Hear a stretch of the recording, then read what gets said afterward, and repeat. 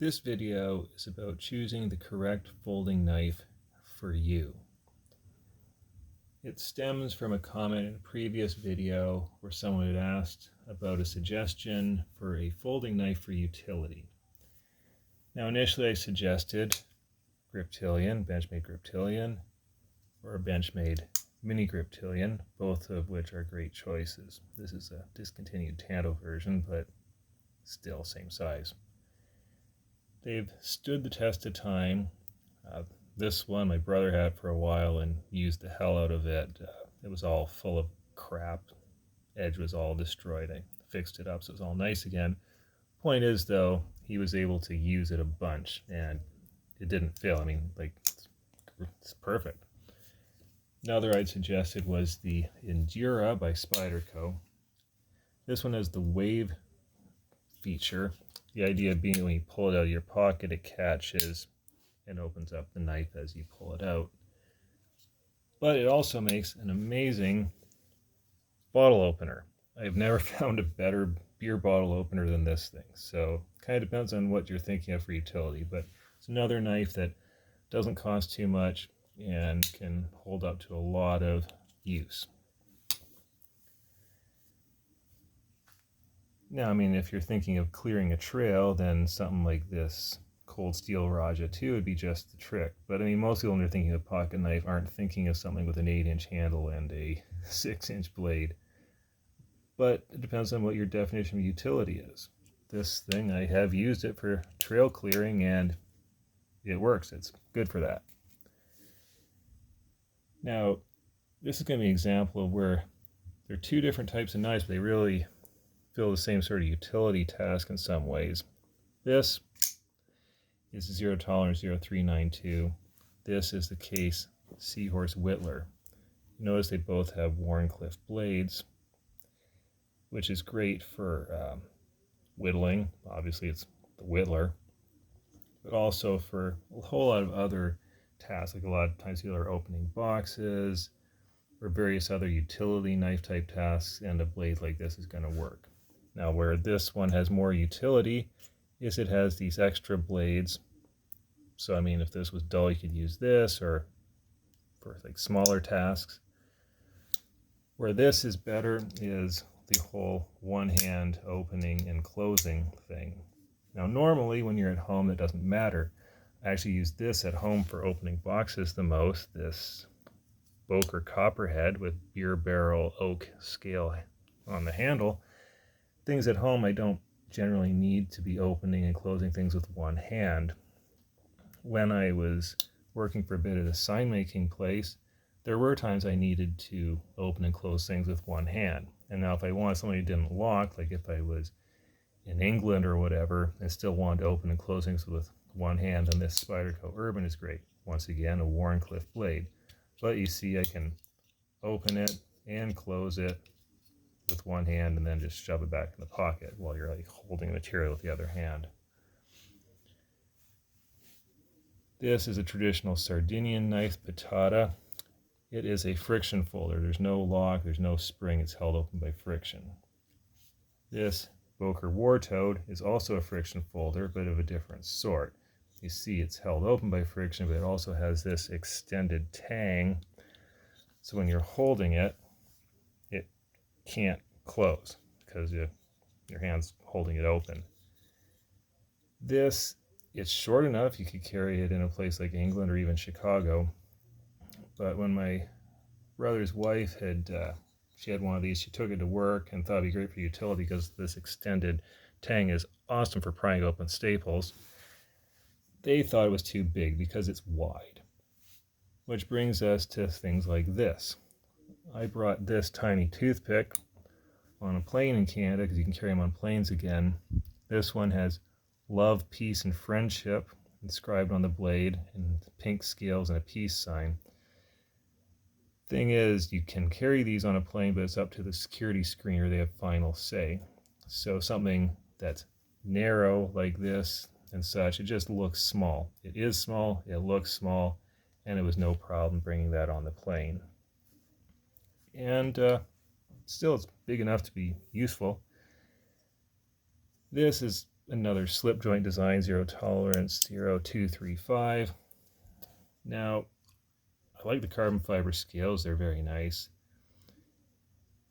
It would be great in a place like Denmark.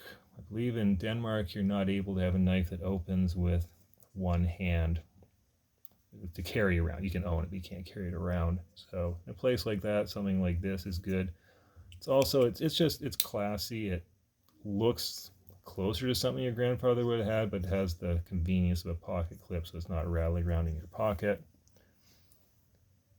If you're going to a place like Chicago, well, I brought this. It's just under 2-inch blade, but it's great for the ergonomics of the handle are great. You can get a lot of force cutting with it.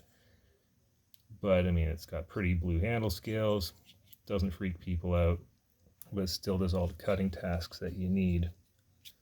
Now for pure utility, it's really hard to beat any of the Swiss Army knives. This one's the Swiss Champ, which has, of course, your regular blade. It has, well, I mean, this one even has a magnifying glass. I mean, you can just see it has a whole bewildering array of tools.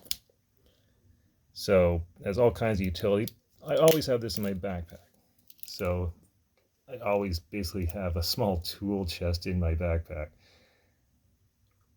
But yeah, if your idea of utility is more like MacGyver, get yourself a Swiss Army knife of some sort. Just go to a place where you can get it in your hand and kind of get a feel for it. Like, I like this, but it is a little bit wide when you're trying to cut with the blade.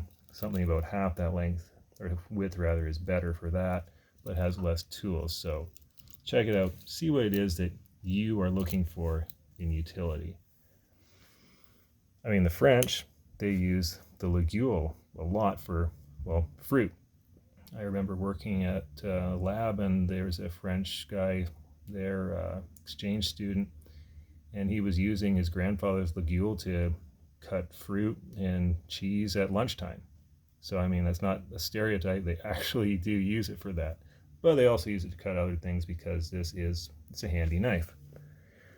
Of course, here's another example of something where you can have something in a few sizes. This one's a little bit longer, but certainly wider. This is a ligule that's aimed at more being capable of outdoors and hunting type tasks. Wider blade, slightly thicker. Has a little bore on the handle. It's kind of gives it that hunting type feel. Buffalo horn scales. I have used this a certain amount, and it definitely does work. Only downside to these traditional French knives is make sure that when you close it, you are controlling it, because otherwise it will bash the knife into the back spring.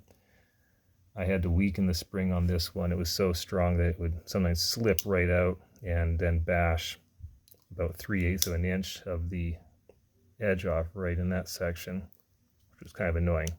But I mean, great knife, as long as you make sure that you're not having that issue. Big thing is you got to get out there, go to a place where you can get these in your hand. Like, I love this knife. Yeah, for me it is so ergonomic. Most people agree that this is very ergonomic, but you get the occasional person that this section here, this little rampy section, just digs into their the web of their hand. Now, I don't see how that can happen because my hand doesn't do it. Your hand could be different. I've used this out in the woods for carving an extended overnight thing where I was whittling and carving for about 6 hours. Felt great. You could be one of those people where you try to open a box and you're like, ow, my hand. So big thing is just get out there, try things in hand, and also think about what it is that your lifestyle would go with. I mean, this KC Horse Whittler with the smooth G10 handle scales, it's very classy. If you are wearing a suit in an office, this in a little leather slip case that doesn't fall out of your pocket could be the absolute perfect thing. And people probably shouldn't be freaked out by any of these blades. And I mean, come on, like, no one's gonna be freaked out by that. But this should be enough food for thought, I think. it doesn't show you the whole range of knives that are out there. I mean, there's a bewildering amount of knives. I'll just carry this one last one. Medford Deployment 187. If you're someone that likes doing abusive tasks with your folding knife, then something built like this is probably for you. Although like this tip area is sharp, it is ground with lots of stout thickness so that if you're the sort that wants to pry, you can. And I was doing some fixes around the place, and there was something where I had to scrape and pry a little bit, and yeah, I did use this thing for it. So yeah. Anyways, that's it for today. Get out there, make up your mind for yourself.